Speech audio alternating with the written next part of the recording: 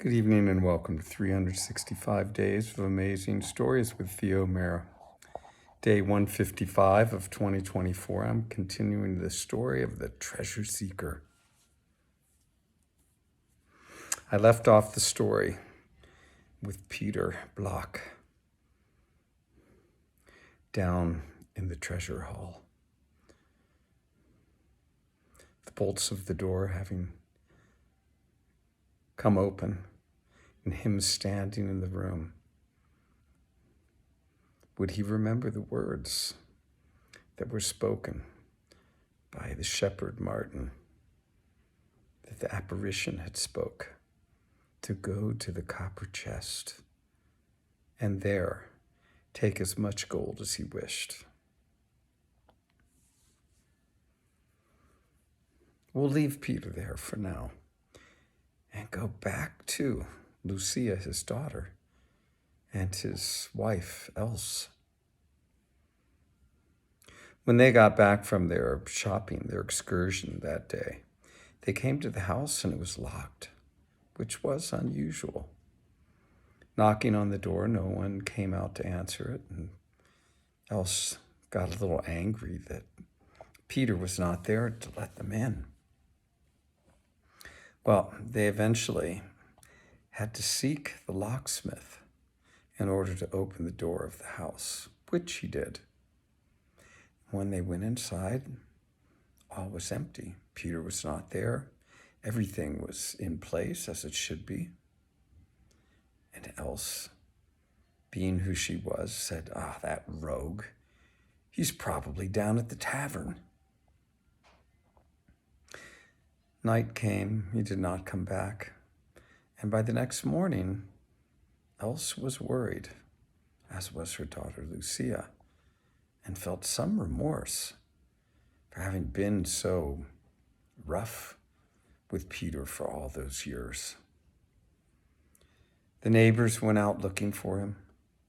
Everyone in the village went looking for him. They even went to the ponds and streams with fishing poles to see if he had drowned, trying to hook him from the bottom. But no one came up with Peter, and Else decided that probably she would never see him again. The two women wept, for the house felt empty without the good man's presence.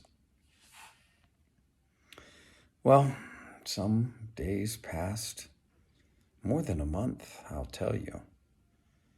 And at one point in time,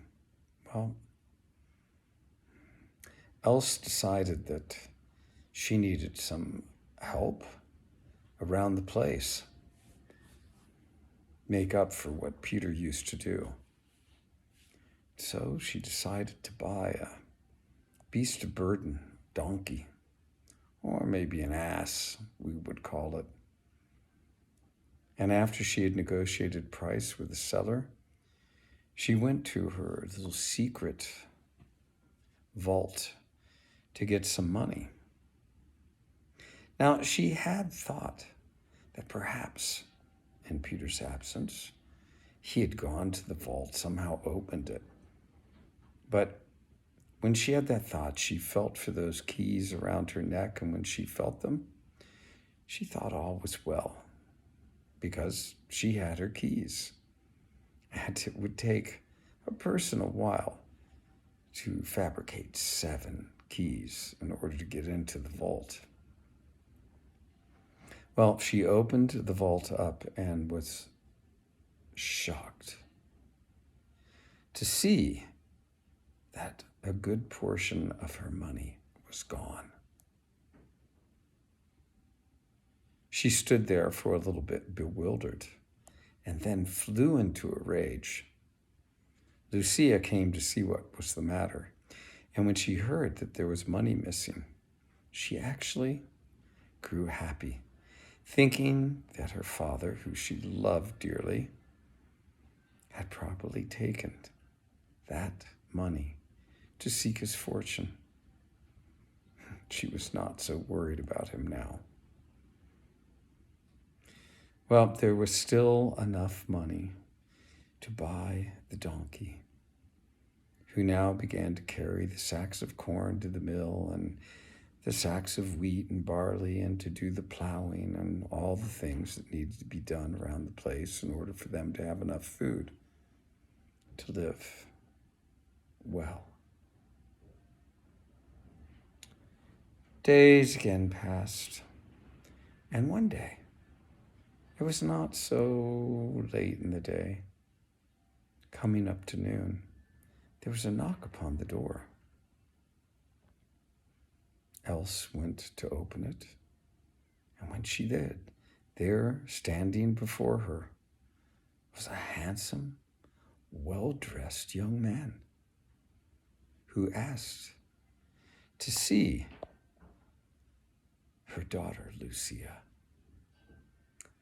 He told Else that he had a commission for Lucia, for word had traveled far that Lucia was the finest seamstress in all the land.